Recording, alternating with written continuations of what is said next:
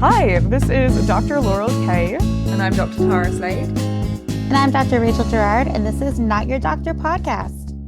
All right. So we are back for another week, and it's January, so I think we're going to talk about resolutions today. But before that, girls, what have you been up to in the last week?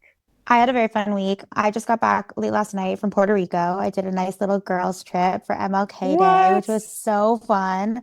It was just such a blast. I went with 3 other girls, and it was so nice to get the sun. Yeah, it was a great weekend.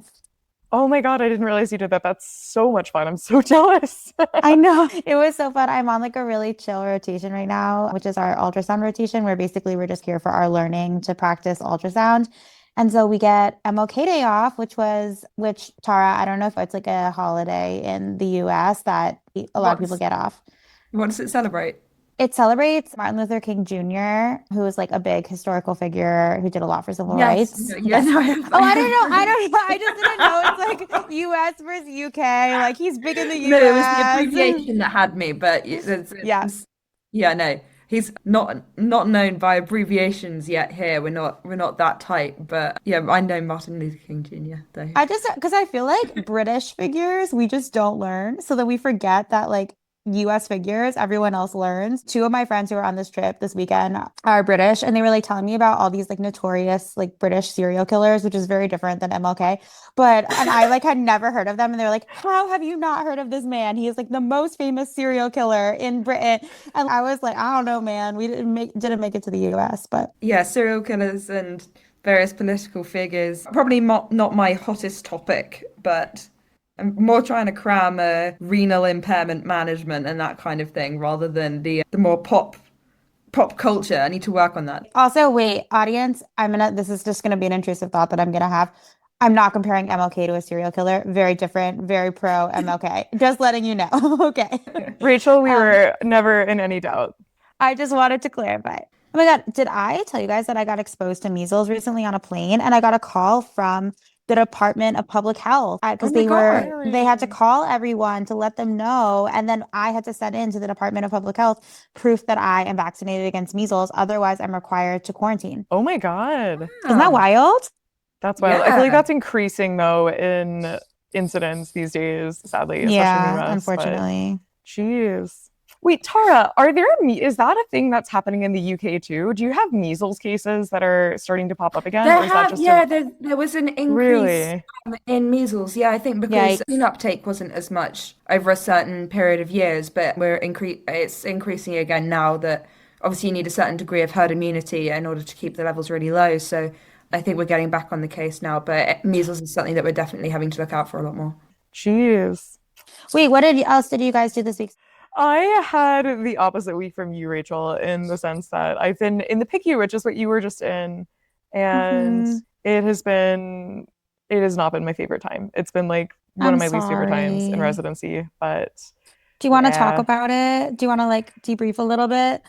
It's just been a very difficult schedule. It's probably like one of the longest hour per week blocks that we work, and it is sick children, which is not fun. So yeah. Okay, so I feel you completely. When I was on the PICU, there was just so many cases of just like the saddest stories that you'll ever hear in your life. The trauma of just being there and like seeing these families break the news to these families, like the most devastating thing that you could ever break the news to anyone about. And like I feel you so much because it's so hard and you're so tired. And I feel so weird and guilty because I cannot wait to leave the hospital every day, and I feel so sorry for myself, like I don't have the time to jog or something, and it's meanwhile these parents are losing a child, and it's such a weird combination of I feel miserable for them and I also feel miserable for myself, and the scales are so different, and it's just like a strange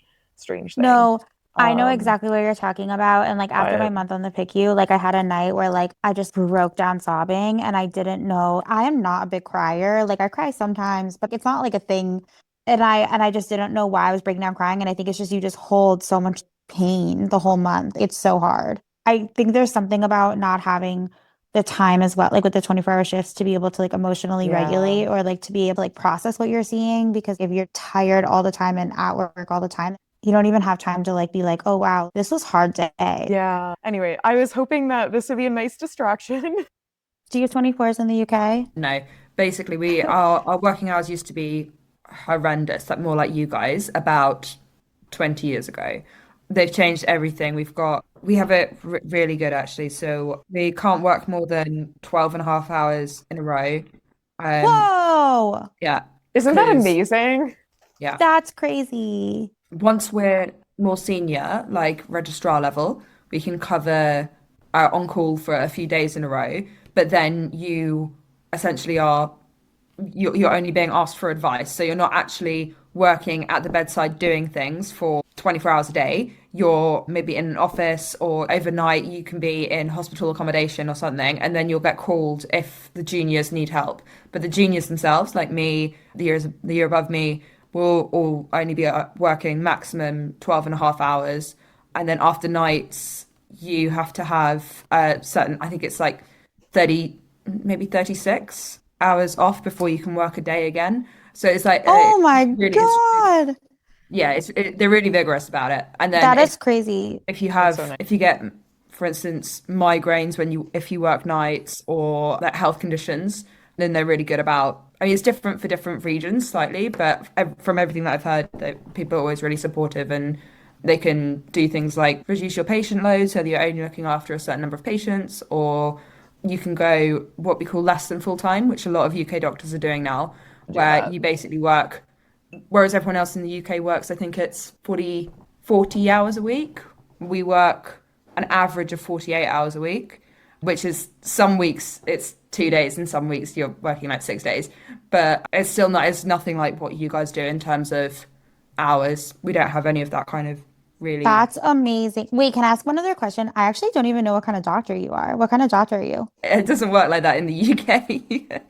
We don't get to choose our specialty until 2 years after we've started. It's Oh, really wow. it's really good in terms of how I say how we're looked after. That said, we're pretty much forced to just do service provision in whatever they need us anywhere in the country. So I'm at the moment living about 5 hours away from my fiance, 7 hours away from my family, because we don't get like That's a really choice hard. in where we work. Or I've not got any. I want to do ED. I won't get even the chance to do an ED rotation until my third year being a doctor because I've got to do what they've put me in. Really, really hard. And also so interesting the differences and the It's payoffs very of different. like the ways that like the UK system like really protects their people, but will put you anywhere in the country. So Yeah. then yeah, so it's like the different models have like totally different ways of protecting their people and hurting their people. It's so fascinating. But in terms of specializing as well, so I still enjoy surgery and I could still apply to do surgery instead. I've not had my surgical rotations yet, so I could do that. And I guess this does give me the flexibility to be able to be a doctor for a couple of years and then choose. But also, if I did just really want to do ED, it would take me 2 years foundation, 4 years core training, and then another 3 years of so 9 years total until I could just be an ED consultant. Whereas you guys can do that much faster, but I would have more time having done all the other rotations as well. So it would maybe be a bit more broad in the things that I can do. But it's taken me 7 years to get that. And obviously the pay is like, That's the thing that I think is so huge is like the pay difference too, just for lifestyle. I think yeah. that's really, really hard. We could Yeah. do just a whole podcast comparing the UK and the US medical system. But in terms of what kind of doctor am I, You're everything, at the moment I'm on respiratory. like Yeah, it's not pulmonary. it's not that different to the US. Respiratory is still lungs. We would just call it like pulmonology. What do you call it? Pulmonology. No. Yeah, we don't call it respiratory. Respiratory. What? Yeah, Pulmonology. I've yeah. never even heard that. If someone said that term does not exist. That's so funny. Anyways, I would love to start with okay, so we're going to talk about Oh resolutions yeah, New today, Year's resolutions. but yeah, because it's January and like literally for another reason. I don't know. Do you guys do resolutions yourself? Are you like resolution-y This people? is the first year I'm doing them. I have not done them Really? until this year. Yeah. Interesting. What inspired you to do it this year? Honestly, I will tell you, I got feedback from my husband that I should do them because I have some things to work on. My God.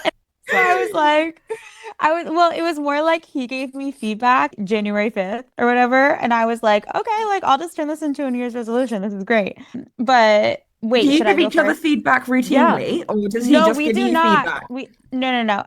We are like, we do give each other feedback sometimes. Like if he's doing something that bothers me, I'll tell him like as it comes up. Say, Solicited, just this is a good time, Rachel, to tell you that I think you should work on these things. yes, but to be fair, it was so justified. Like, actually, wait, should I go first and explain? Yes, Like please Yes, go okay, for please. it. so this so ties to what you were saying about your week, Laurel.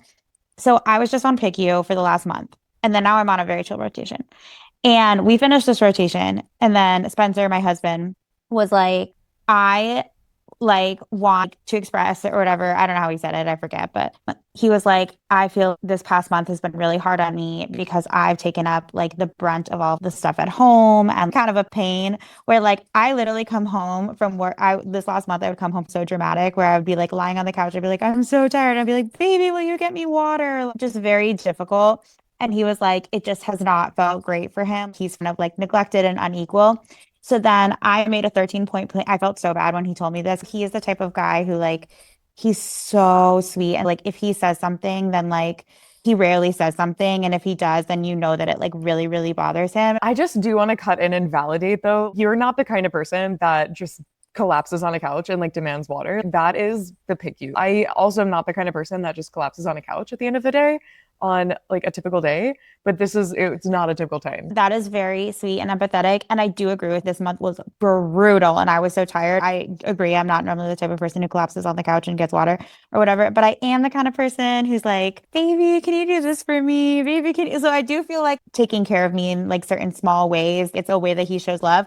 But I do agree, like this month it was a little out of hand. And so like I made a 13-point plan to change it. And I was like, these are my resolutions. This is what I'm gonna do. This next year, I'm never asking you for water. I'm gonna show you. And like I have all these things because the other big thing was housework and stuff. And I was like, the end of the night, I'm cleaning the coffee table every night. And then in the morning, I'm cleaning the nightstands every morning. I made all these resolutions. So we'll see how it goes. But I'm determined. Those are my resolutions. So at the time of recording, it's the 20th of January. Have you stuck with them so far? I think that it's like, I have one because I now have so much more time. I mean, I was just in Puerto Rico for the weekend. It's like now I'm like, I have time to be a human. So it's like, I can do all these things. But also, like, it's such a small ask to be like, can you be more equal at home? And I feel like it's just what he deserves as a partner. I think it helps. The motivation helps that it's not just for me feeling more like a human, but I'm also like, okay, this is really nice to my husband who is such a kind human. So what are your guys' resolutions? Do you have any, Tara? Yes. It was to try and be less late for things. I have to try and That's deal a in not good absolutes one. because absolutes I get a bit too hung up on. So if I am late, sometimes that's okay. Things happen, but I have to think about things when I'm doing them. Does this need to be done right now, or is it more important that I'm on time to this next thing? Because I'm a little bit, for instance, distractible. So this morning I Sorry, that's was just so true. I have work. Actually, you were never late to rowing. I can do Sidetracked. it. And I think Yes. that's one of the things is that I can do it if I'm like really trying. I'm yet to be late to work. That said, I have no shame. I will run into the hospital if required.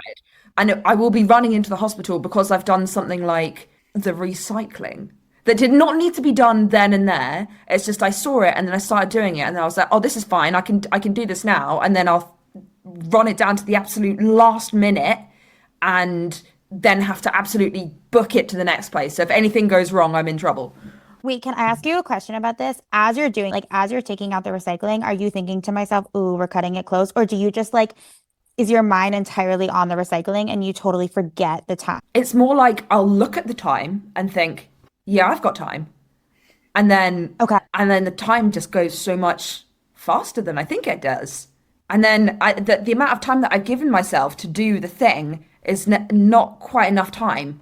So everything's really squashed together and quite tense and stressful. I almost think that it's a studied phenomenon that we are very optimistic when it comes to specific things. And one of those things is how much we think we can do in a certain amount of time. Like we always overestimate the amount of things that we can do. Where even though That makes sense. like I have never once been able to, I'm just like remembering back to undergrad and the amount of work that I would be like, oh, I'll finish this problem set and this essay and study for my organic chemistry final all in the same evening. And if I accomplish a third of it, it's been a good evening, but I still, the next night, I'll be like, okay, but now I'm going to do like a whole essay and a problem set, and I'm going to study for my organic chemistry final. And I just never learn. And I think that's a thing. What I are you do the going to say, exact same Rachel? thing. I do it a lot with goals in terms of academics or to-do lists. I'm with you on that. I don't have it when it comes to time and meeting people and like in the day of, oh, I have time. But like Spencer does. He'll be like, let's go to 3 parties tonight. Or it's like with social things. We'll do this brunch and then we'll go to these people and then we'll go to these people and then we'll go to these people. And I'm like, I don't think we have time for all that. I'm like, this is like across Manhattan. This is like whatever. He's like, we have time for it. We have time for it. But then when it comes like to-do lists, I totally do it where I'm like, I'm going to accomplish these 35 things in a day. And then I then get disappointed with myself if I accomplish 10, even though, hey, that was a good day. You accomplished 10. Wait, Laurel, what is your New Year's resolution? I had two main New Year's resolutions. One of them was to go to a dentist. And guess I haven't gone to a dentist, you guys. Whoa. It had been 7 years, I think, maybe even 8. Laurel, I know. I am the same. It's so bad. It you was so bad. guys, But I I know. went It's to, so but no, I bad. did it. You guys, I well on done the you. second, I think it was the 2nd of January or the 3rd. It was like sometime in the first week of January. I It went went to to the New Year's resolution as well. Yes, absolutely. And I went to the same dentist that our entire year group, and I think like some of the other years too, go all to the same dentist and they know Oh us my very God, I need to well. go to this dentist. He's so good. I highly recommend. Wait, your teeth do look good via Zoom. Thank you. He also said they Very looked great. And I was sparkly. like, see, that's what you get for skipping the dentist for 7 years. Actually, that's a lie. You should probably go to the dentist if you're listening to this. We're not your doctor, so we can't offer you medical advice. We forgot to say I'm that. biased. My dad's a dentist and my partner's a dentist. So, Oh, well, he's a yeah. doctor and a dentist. So Sorry. I'm heavily biased and people should look after their teeth. Hey, so no, I've seen Torin in the last few years. He didn't look at my That does teeth. Well, not count he as saw seeing a them from dentist. afar. I I'm hung pretty out with sure the it counts. dentist. Yeah. But yeah, no, so I went to the dentist. So I accomplished that one. And then my other thing, it's so commonplace, but journaling, I decided that journaling free form is too much for me. So I have given myself 3 prompts per day and I like bullet journal my like the 3 prompts. And it literally, I think I spend less than 5 minutes each day, but I do it most days. I do it all the days that I'm not on a 24 Wait, hour shift. I love that. Is it the same 3 prompts every Same day, three or does prompts it? every day. What are Mhm. the three What prompts? are they? It's very silly and really wonderful. It's gratitude, accomplishments, and an impression that I had from the day. So at least three Ooh. things for the first two, and then just like one impression. So for example, I am grateful for you guys. I'm grateful for my cat who is like sitting right there. And I'm grateful to be in my house and not in the hospital this evening. What is And then the an impression. impression? Like, what is that I want to usually? do this as well. So I'm gonna open I have a book, actually, a new notebook. I'm gonna do it. I'm gonna do the same as you. I got a new notebook for it. It helped. And yeah, so the impression is like, for example, yesterday it was snowing, and the hospital, the way it works is as the providers, the doctors and nurses and PAs, we're all in the center and we don't actually have like windows in that area. The patient rooms have windows, but I was in a patient room and there was snow drifting out through the window. And I was just Beautiful. like, I, I should have been listening to the patient the entire time, but I actually did steal like a 5 second pause for myself to like, stare out the window at the snow. And it just was really beautiful. Oh my God, so beautiful. I love that. So are your impressions like little moments then that you from the day usually?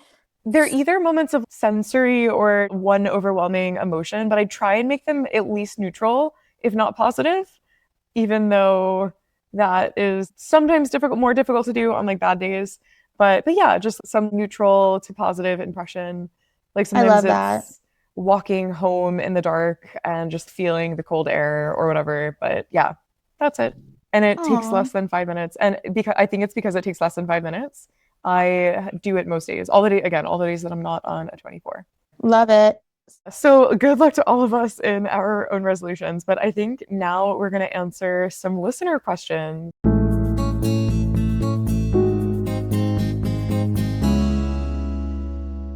And so the first question that we have actually, I think is so relatable to what we were mostly just talking about. And actually, especially to yours, Rachel, because this person sounds like they have a lot of resolutions. So I will read it. Hi, doctors. Writing in from Chicago, where it is January and everyone is pretending they've been reborn. On January 1st, I wrote down 10 health resolutions: wake up at 6 a.m., work out 5 days a week, drink a gallon of water, meditate, journal, stretch, cook, call my sister every week, cut sugar, and go to bed earlier. By January 12th, I was overwhelmed, sore, overhydrated.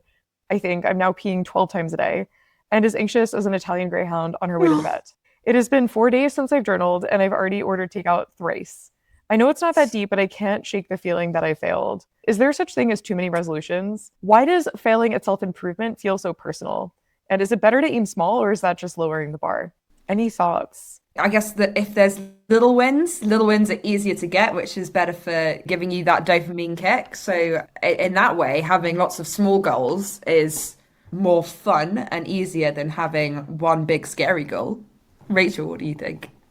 I was just going to totally agree with what you said. I was just listening to this interview recently with the Stanford researcher who studies habits, and he is all about small, easily accessible habit forming that becomes like a big win, even though it's like a little win. And so I do think that there is such a thing as too many resolutions, and that maybe if she tries something a little more attainable, then she can work on that and get that down for a few months. And then from there, she can build.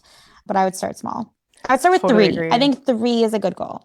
Yes, I agree. I feel like some of these are good. There's a framework almost when you're setting Smart goals. If you want it, goals. yes. So you want it to be the first part of SMART, I think, is specific. What is the M and the A and the R and the T? Measurable, Yes. achievable. I think I forget what R is, but I think T is like a timeline. A is achievable, R is relevant or realistic, and then T is time bound. So I'm going to start on this day and I'm going to do it.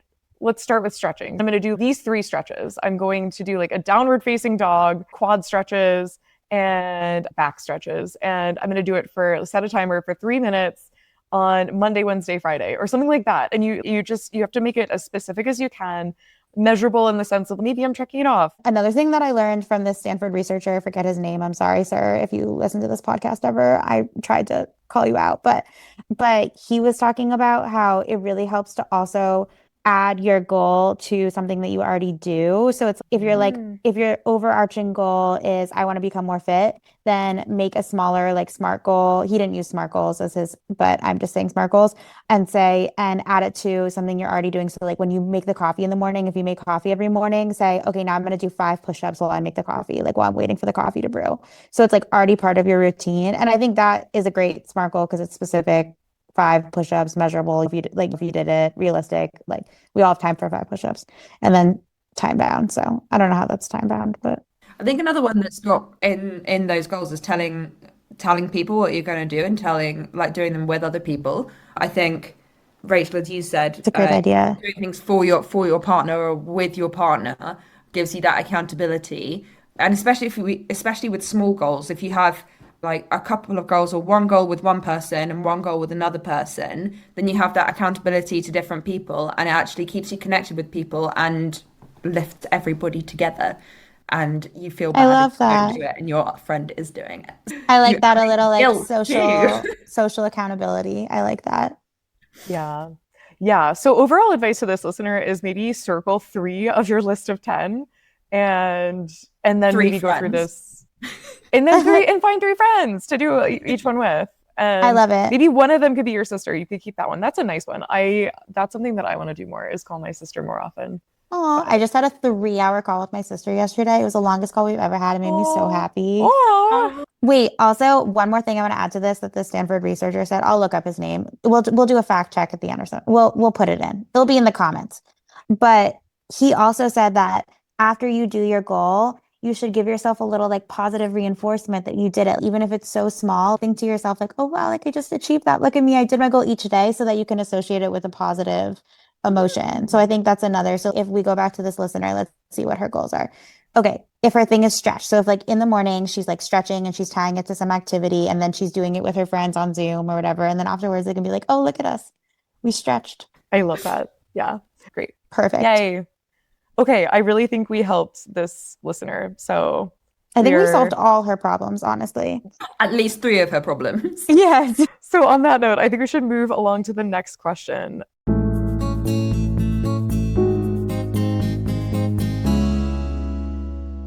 right, our next question. I'm 29 female, and last year I made a health resolution to start lifting weights a few times a week. It wasn't anything extreme at first, just a basic program at my local gym, a couple dumbbells, nothing very serious. But to my surprise, I genuinely loved it. Now I lift at least 4 times a week with some cardio mixed in, and it's become one of the most grounding parts of my routine. I feel stronger, more confident, and noticeably less stressed. And while I wouldn't describe myself as classically lean, I really love the way lifting has changed my body and how I feel in it. For the first time in a long time, I feel capable in a way that has nothing to do with how I look in spaghetti straps. The complicated part has been my friends' reactions. A few people have made comments like, wow, your arms have gotten really big, or just don't let it become your whole personality. One friend even joked about whether having bigger muscles would scare off guys. I don't think she meant to be mean, but it has made me both angry and embarrassingly worried. Now I'm stuck in this weird place where I love what I'm doing, but I feel myself bracing for comments or downplaying it so I don't make anyone uncomfortable. Why do people sometimes react negatively when someone changes a habit, even if it's positive? And is it just me thinking that some of these comments are completely inappropriate? How do I respond without ruining our friendship? Oh, good questions. Yes. And I relate so hard to this in the sense that I have really big arms and I love working out, I love gymming, and thankfully, nobody who is my friend anymore has made comments like this, but I completely think that this is inappropriate. And I'm so sorry that this is happening to you. I so agree with you on, not that you have big arms. I have not noticed anything about your arms, Rachel. but I agree with you completely that this is totally inappropriate. I feel like a lot of times when people make health changes for themselves or like changes having to do with their body, it oftentimes triggers other people that they don't necessarily realize and then can lead people to make comments that I think is completely inappropriate. And like I see it all the time with like celebrities. Like I feel like everyone just loves to comment on what a celebrity's body changes remotely, and they think that it's public domain, okay for them to comment on it. And I think it has a lot to do with their own feelings about their body and how society makes all of us feel bad about our body. Yeah. What else do you guys think? I feel like there's almost this could definitely be coming from a place of insecurity on the other person's part.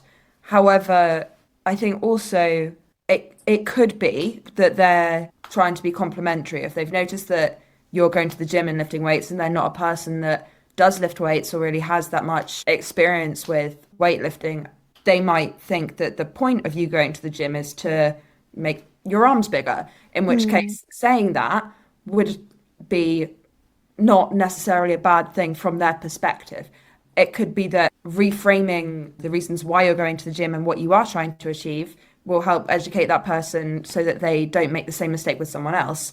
Equally, for things like bodybuilding and body sculpting, which is its own kind of sport and activity, someone might really appreciate the comment of, oh, it's bulking season and I'm going to the gym loads, like my arms really hurt, and someone saying, oh, your arms are looking more defined, or for some people, bigger, is better. So you don't really know how things are going to fall until you really know what that person's trying to achieve. So I think a conversation around it would be helpful.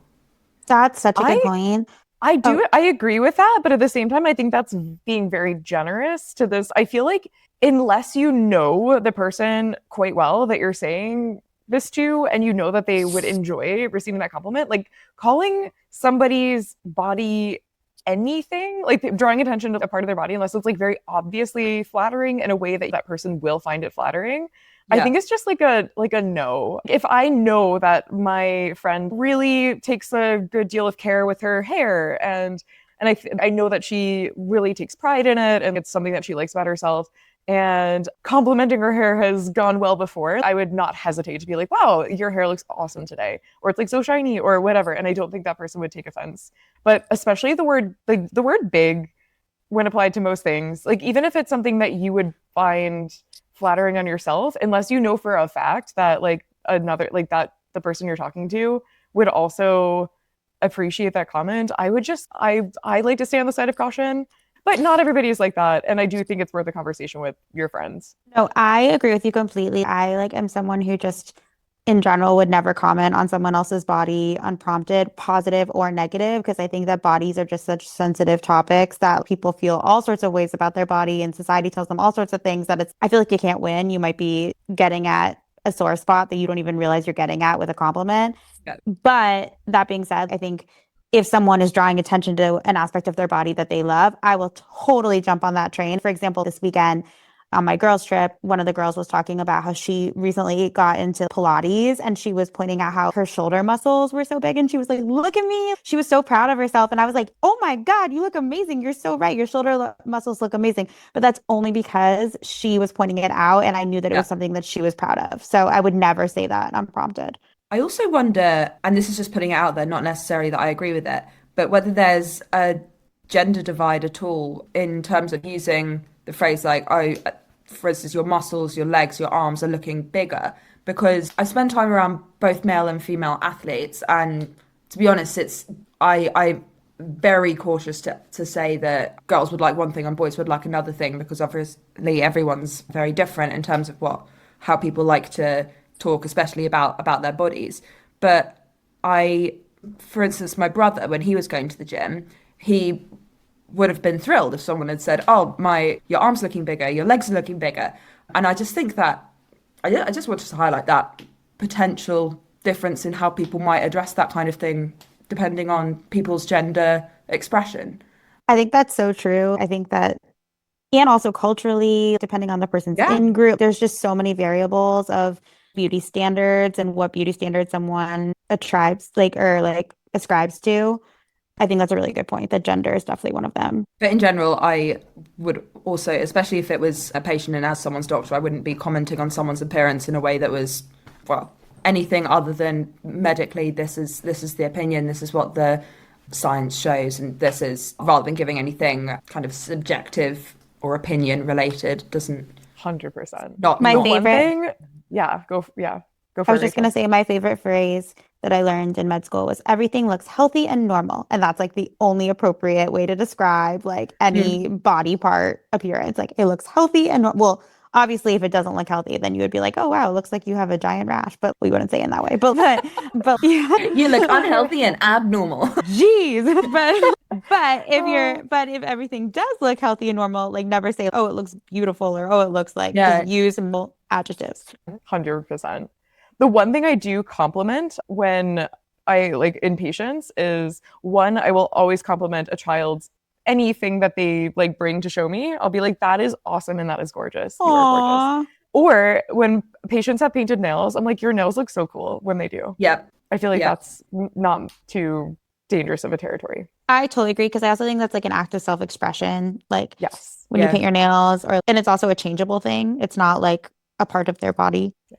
But and then, sorry, there's one more part of this question about like how she should approach this conversation. I feel like Tara, you touched on this, but I do think that just starting, like the next time you get a comment like that, which I do again think is completely inappropriate, and maybe they like it is nice to give people the benefit of the doubt and just assume that they are looking out for you, even if they're saying like, oh, do you think guys are going to be into that or whatever? Which I think I wouldn't say that personally to a friend. But maybe you've expressed like concerns in the past about, oh, I'm not getting any good dates. And they're picking that up and they're interpreting it through their lens of how they've been cultured and raised. And that is how they are expressing their love for you.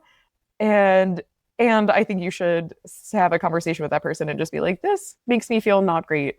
And could we, instead of making comments like this, steer the conversation towards either this is something that makes me feel healthy, and also, like, I want to work on my dating life through these avenues, and let's talk about that, rather than combining those two things and making it sound like this thing that's actually really positive in your life is somehow negative or going to set you back. Because it is not. The right person for you will love your arms if you love your arms. I like it. I agree. Should we go to the next question? I think so. I think we've solved it. Yeah.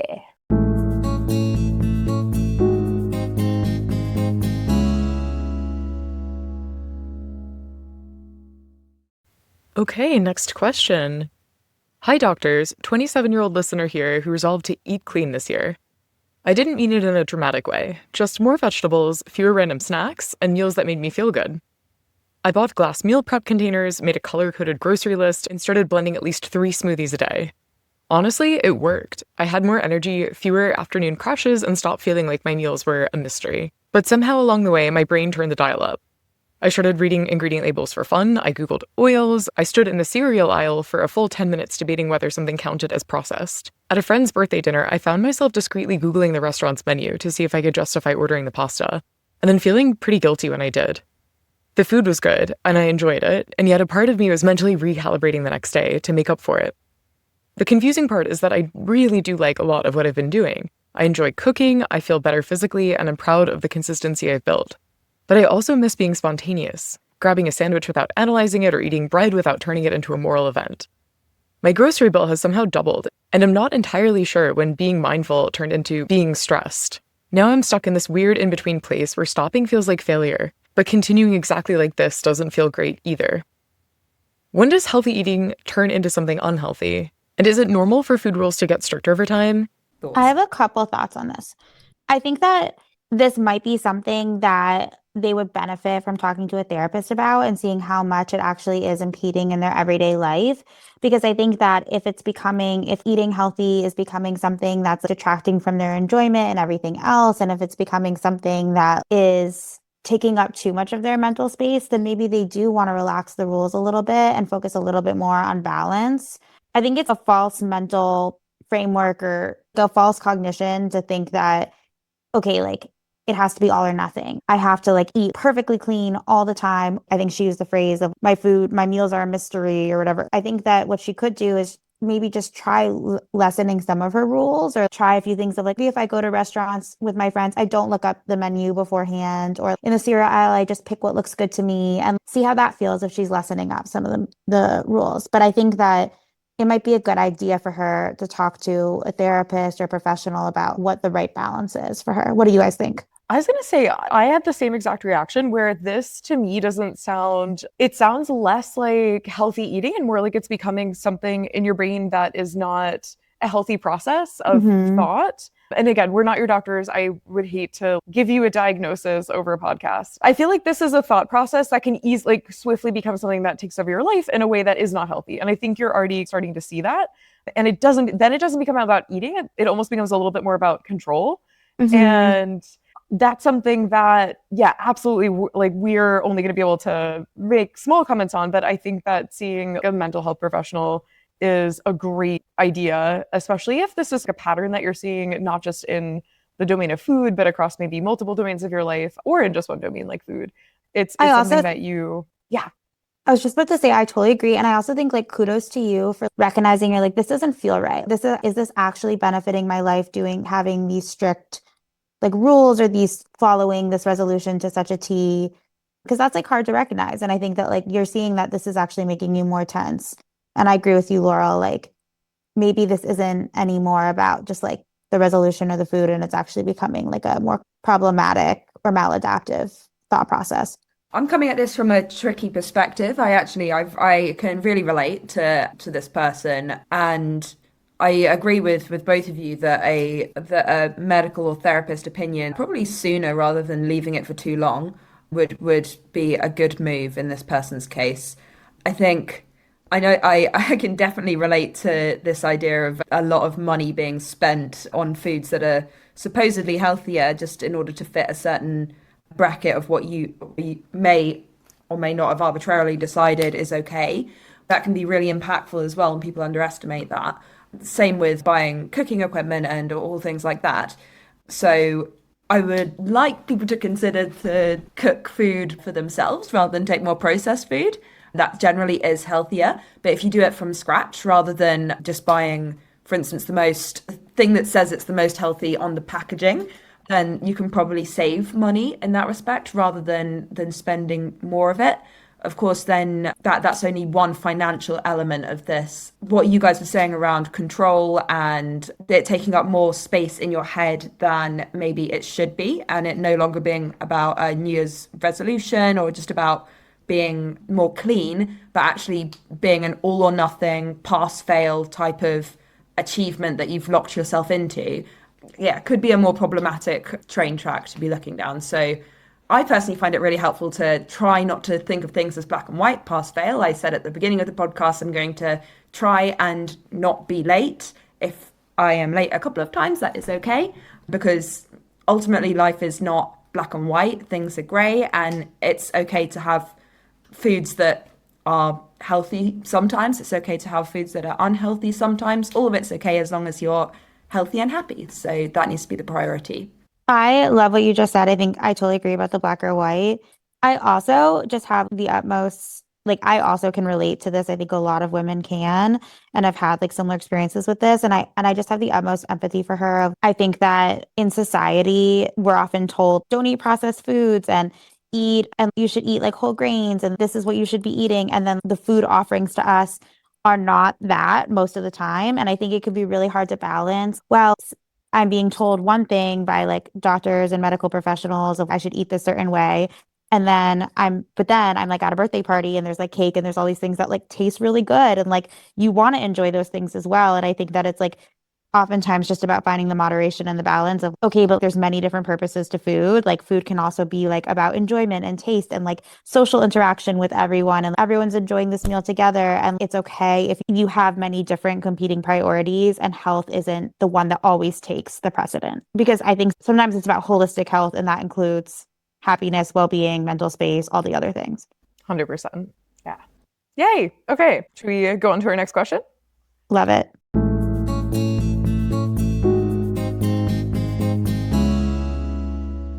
All right. Oh, I can't wait to talk about this one, actually. Hi, docs. 24-year-old listener writing in from Austin, Texas, home of overpriced lattes and my extremely complicated relationship with alcohol. For context, I drank a lot in undergrad, blacked out at a Tuesday Darties, owned a going out top rotation, and thought nothing of pre-gaming with warm vodka in a dorm room while blasting Frank Ocean.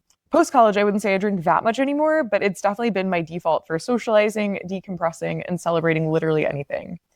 So this January, I decided to do dry January to reset my relationship with alcohol and prove to myself that I was chill and in control. At first, first 3 days, it was nice. I slept better, my skin was doing numbers, and I was proud when I told my date I was getting a seltzer on a Tuesday. But somewhere around January 10th, my brain shifted from not drinking to being completely obsessed with it. Last night, I went to a friend's birthday. I held a Topo Chico like it was a security blanket and spent the entire night silently counting down how many days were left until February. I know we're only 2 weeks in, but right now I'm not feeling reset so much as hyper aware. I'm confused and I'm wondering, do temporary health resets like dry January actually change long-term habits, or are they mostly psychological? Why do restrictions sometimes make cravings louder instead of quieter? And how should people who do dry January frame their goals for February and the whole other 92% of the year? I think this is an excellent question. Sorry, I tripped over a lot of these words. Oh my God. Anyways, thoughts. Have any of you guys ever done dry January? Or like versions of that? No, I have never done dry January. It's not, to be fair, for January's and New Year's resolutions in general, I tend to try and avoid cutting out things. I prefer to add things in that are going to improve my life rather than cut things out just because. I like that. Yeah, no, for a long time I used to cut things out and it wasn't healthy for me. So now I add in things to do instead. I don't count being late as cutting things out. That's not really a cutting, but more like cutting out. I'm cutting out being late. We're like cutting out food groups and. No, Tara, you're just trying to be more on time. Exactly. I agree. Yeah, there we go. Yeah, more on time. But yeah, I haven't cut things out in a long time. That said, I think dry January can be a really good way for people to see how alcohol is impacting their life and see if they miss it, and if they do miss it, then in what ways and in what context they are missing it, so they can see where the alcohol cues for them are. If you're only missing it, for instance, when everybody else is drinking around you, then maybe you could do things like go out with your friends to events that don't involve being centered around drinking, if that's something that you're finding difficult. Equally, if you find that you're only missing it in the evenings when you're on your own and tired after work, then finding some kind of substitute to keep you occupied in the evenings, just examples, drawing, Lego, jigsaw puzzles, welcome to my life, then that could be a good distraction. So I think it's dry January on its own in terms of long-term health implications. If you just do 1 month of something, is probably long-term not super helpful, but in terms of identifying where you could make good long-term improvements and building habits longer term, I think it can be really useful for that. I so agree with that. Oh my gosh. I've never done dry January, but I did do sugar-free February one year. And I literally did it. It wasn't like trying to cut out sugar in the long term. I knew that's super unrealistic for me. I'm like such a sweet tooth.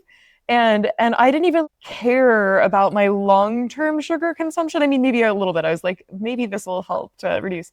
But I just found it, one, a very interesting challenge, and two, it did help me identify just so many things about both myself and about the way sugar is incorporated into food and how we incorporate that into culture in the same way that, yeah, if you find that you're craving it most, and for me, again, this is sugar, when you are like alone and by yourself and or you're bored and that's when you get the cravings, you can identify that. Or if it's like when you're out at a party, like this person's out at a bar, and if everybody around you is eating cake and you're like, you feel almost like socially, like you just can't pass it up. Or if you find that your parents are always pushing you to a certain person who is always trying to like feed me sugar. And I mean, for me, it was, I love sugar is what I found. And also sugar is everything, you guys. It was in soup. It was in sandwiches. I was like checking the ingredients of that must have been so everything challenging. I can only imagine. It was so hard. But it was very interesting. And I would recommend, as long as you're not going to go to a bad place in your head, which I definitely did not in this case. But if you're okay with the experiment of it, it was definitely challenging, but it was also, and I didn't put any sort of stakes or like a sense of personal failure if I weren't to accomplish this. You were like, I'm just curious about it. Yeah. And it was very insightful is what I would call the experience. I hope that this person, maybe they can look at it exactly as Tara, you suggested, as maybe a way to gain insight. And then from going into February, see, okay, what is like one lesson I could incorporate to perhaps reduce my drinking through the year? And then if you really want to get into it, you could go loop back to the SMART goals. And instead of making it an all or nothing, you could just be like, if your average number of drinks per week is 8, I'm going to try and get it down to 6. And here's how, and here's when I'm going to start, and here's my accountability buddy, etc. I think that's a great way to tie all of those bits together. Accountability buddy, definitely. Always the way forward. I agree with everything that you guys said. That being said, if it is something that you're really struggling with and you find that you're just constantly having cravings, then maybe it is worth talking to a therapist about what the right approach is here. We should do an entire episode on therapy and how to find a therapist and stuff like that, because I like it. I've been in therapy for so long. I know, me too. I hate saying like therapy is the answer to everything, because it's not the answer to everything, but it's the answer to a lot of things. I agree. A good therapist. A bad therapist can really, really mess you up. Yes. Send you sideways. I think we did a beautiful job of answering people's questions, and I really enjoyed hearing about your guys' resolutions. We should do like a circle back at some point in the middle of the year and see how your 13-point plan is going and how Tara's tardiness has changed. I like it. We'll see. All right. And yeah, so thanks everybody for listening. I forgot to say, but if you have questions or comments of any form, please send them to us. We are at notyourdoctorpod@gmail.com. So yeah, send us questions. If you have ideas for episodes you want to hear, like topics that you want us to talk about, let us know. Or if you just have comments, we'd appreciate positive comments, but we'll take like any sort of feedback you have and we'll decide what to do with it. If they are negative, it will make me sad though. But yes, don't make Rachel sad. Thanks for listening to Not Your Doctor. Everything you heard is based on our training, experience, and the internet. We are not all-knowing, this podcast is not 100% accurate, and this is not medical advice. If you have concerns about your health, please see your own doctor.